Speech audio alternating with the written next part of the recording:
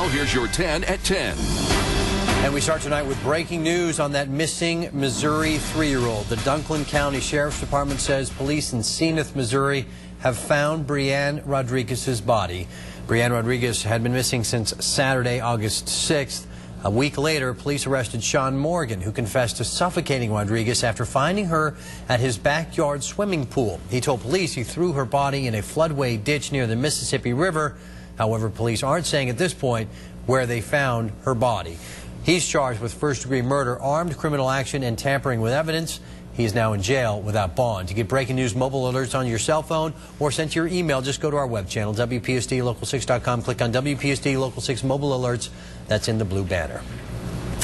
1,290,000 of your tax dollars. That's how much it takes to keep the Paducah-McCracken County Convention Center open each year. It's a cost local politicians are getting tired of paying. In June, leaders in McCracken County decided not to give the convention center $125,000 for operating expenses.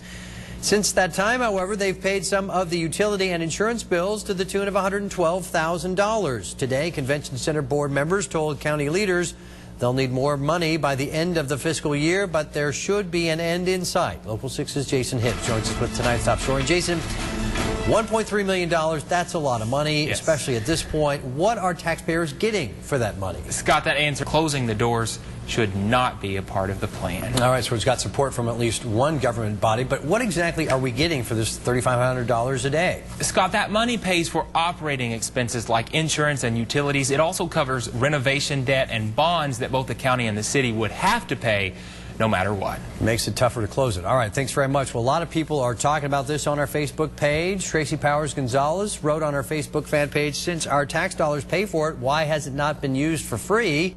Donations accepted but not required. Events that would help promote it and up its value to the community.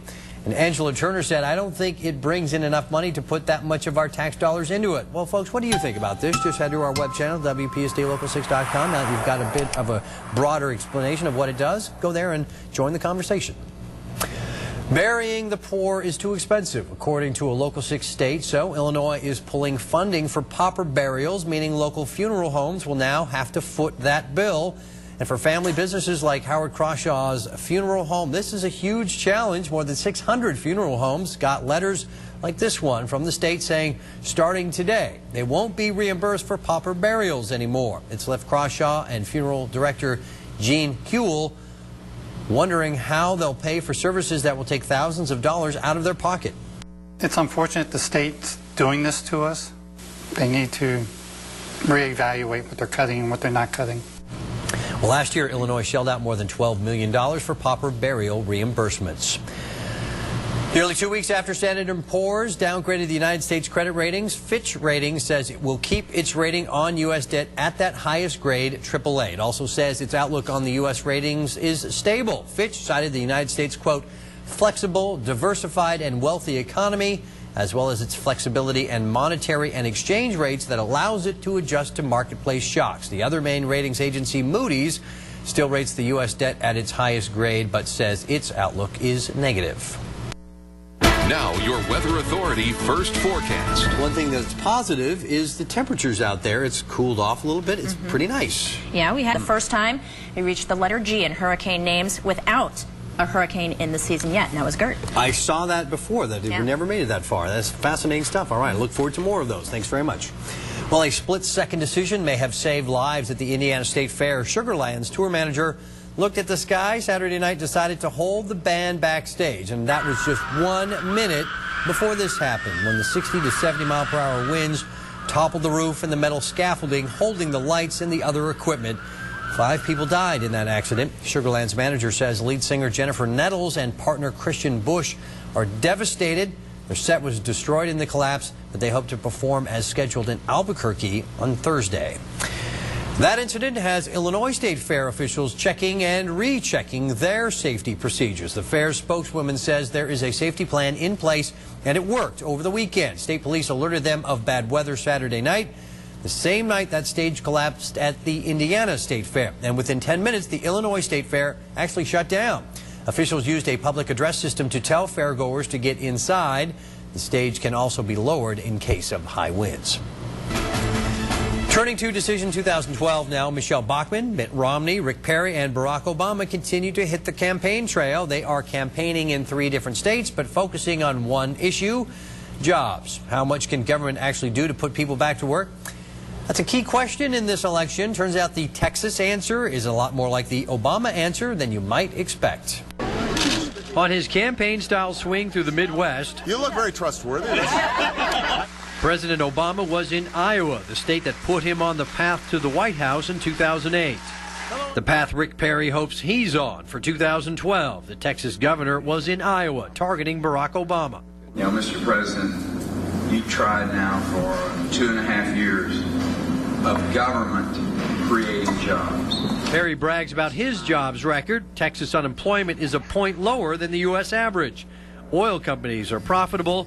Tax revenue has not dropped in Texas, and in fact, almost all of new Texas jobs are government jobs. Some call Perry reckless. He's standing by this charge against the Federal Reserve. Printing more money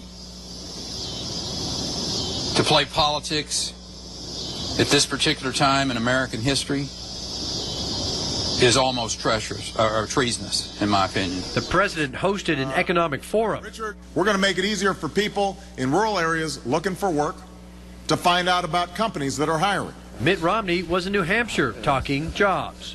I spent 25 years in business, and in that process I was part of helping create jobs. I'd like to do that for the nation. Hi there. In South Carolina, Michelle Bachmann joked her jobs plan is to replace President Obama, and she noted the date. Let's all say happy birthday to Elvis Presley today. Happy birthday. Elvis, a Bachmann favorite, died on this date. Yeah, today is not Elvis's birthday. Just a reminder that Bachmann's been a little bit gaffe-prone in this early stage of the very long run, though, for the White House. A federal appeals panel upholds the convictions of a former U.S. soldier serving 5 consecutive life sentences. He was found guilty of crimes committed while he was on active duty in Iraq. 3 judges on the U.S. 6th Circuit Court of Appeals ruled today in the case of former Private First Class Stephen Dale Green. This is video here from his trial in Paducah back in 2009. A jury convicted Green of sexually assaulting and killing a 14-year-old Iraqi girl and murdering 3 of her family members back in 2006. Green was discharged from the Army with a personality disorder in May of 2006 before the full scope of the crime became known to the Army. He's being held in a federal prison in Tucson, Arizona. Need a job? Well, the Tennessee Highway Patrol is looking for a few good men and women for trooper jobs, and all applications are online through the Tennessee Department of Human Resources. You got to be at least 21 years old and have at least a high school education. Applications are being accepted until August 26th. If you want to apply, you can just head to our web channel, WPSTLocal6.com. Click on I Saw It on 6 for a link to the application website. Well, you are watching 10 at 10, but we still got so much more to come. For instance, how that coffee addiction just may be protecting your skin from cancer, and how Netflix is attracting a much younger customer base. And that will bring back that nice, refreshingly cool air for this time of the year. Tuesday, looking for a high of 84 with sunny skies. So we're going to see the increase in humidity stick around for a couple of days, but we'll cut that off by the beginning of next week. If 84 is a cold front, I will take a cold front. All right, thanks very much. Well, instead of drinking a cup of coffee in the morning, maybe you should pour a little bit on your skin. Researchers found caffeine guards against the development of non-melanoma skin cancers. For each cup of coffee you drink, there is a 5% decrease of sunlight-induced skin cancer. They say it works by blocking a protein enzyme in the skin. And based on studies with mice, scientists believe caffeine applied to the skin could help prevent skin cancer. Mortgage rates are near record lows. Lots of people refinancing out there. We're going to explain why the refi market is changing, though, and how Netflix is working to appeal to a younger audience. Coming up. You're watching WPSD Local 6. Turns out Americans are going shorter rather than longer when refinancing their homes. Freddie Mac reports that nearly 40% of U.S. homeowners refinancing in the second quarter chose shorter loans, most choosing either 15 or 20-year mortgages over the 30-year. And 55% of refinancing homeowners during that same time who had adjustable rate mortgages chose to go with the fixed rate contracts. Fixed rate loans accounted for about 95% of all refinance loans in the second quarter. Well, it's too late for some, but in time for others. Amazon just released its iPhone app for students. Amazon Student allows for barcode scanning so students can comparison shop for textbooks. At the end of the semester, students can then scan the books again to trade in used textbooks in return for an Amazon gift card. Netflix is testing a Just for Kids section that will make it easier for even very young kids to pick their favorite shows. There will be little to no reading required, and as you can see, once your child clicks on the Just for Kids tab, he or she can pick the animated character which will lead them to their favorite program. Oh no. Just to make it easier for your kids to watch cartoons because it's already so tough. That's right. All right, let's talk sports in Gridiron Glory. We're almost here. 2 days away. Yeah, it's coming up on Friday.